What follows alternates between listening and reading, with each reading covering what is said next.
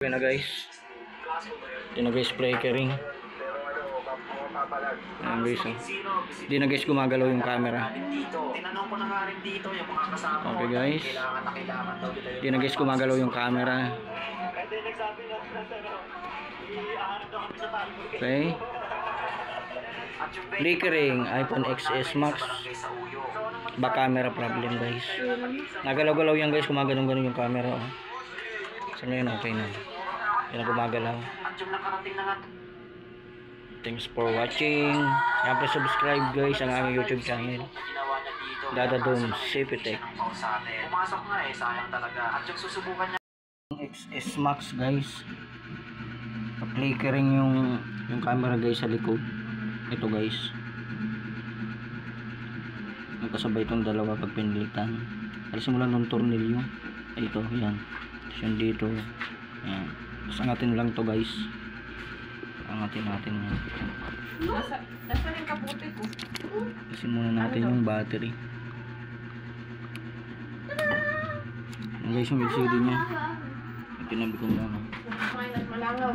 Guys yung camera nya. Yan. Guys. Angat ko na yung flicks. Ito hindi naman to guys kasama yung gitna. Hindi siya kasama. Ano yan yung 0.5 camera yan guys. Ito lang guys, tatanggalin natin. Yan. Ingatan nyo rin yung guys. Yan guys. Ito guys kasama tong frame na to guys. Guys yan. Okay. Yan guys, umangat na siya ng konti.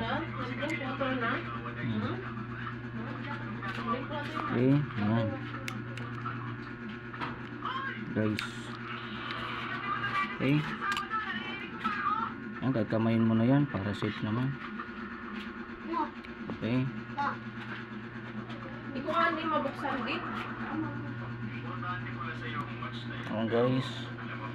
Order natin to guys.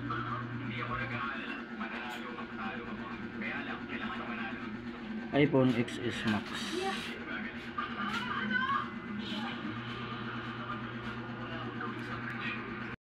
iPhone XS Max. Camera flickering guys yung likod.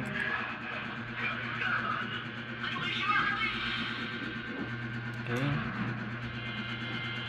Ang guys yung kanyang mga tornilyo.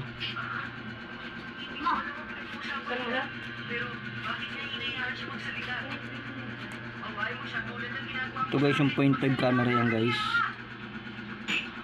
Pag iniyan guys ng kasalpak, hindi gumagana yung 0.5.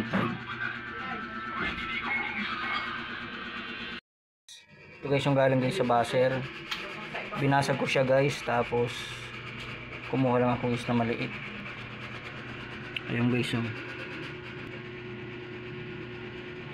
ayan o.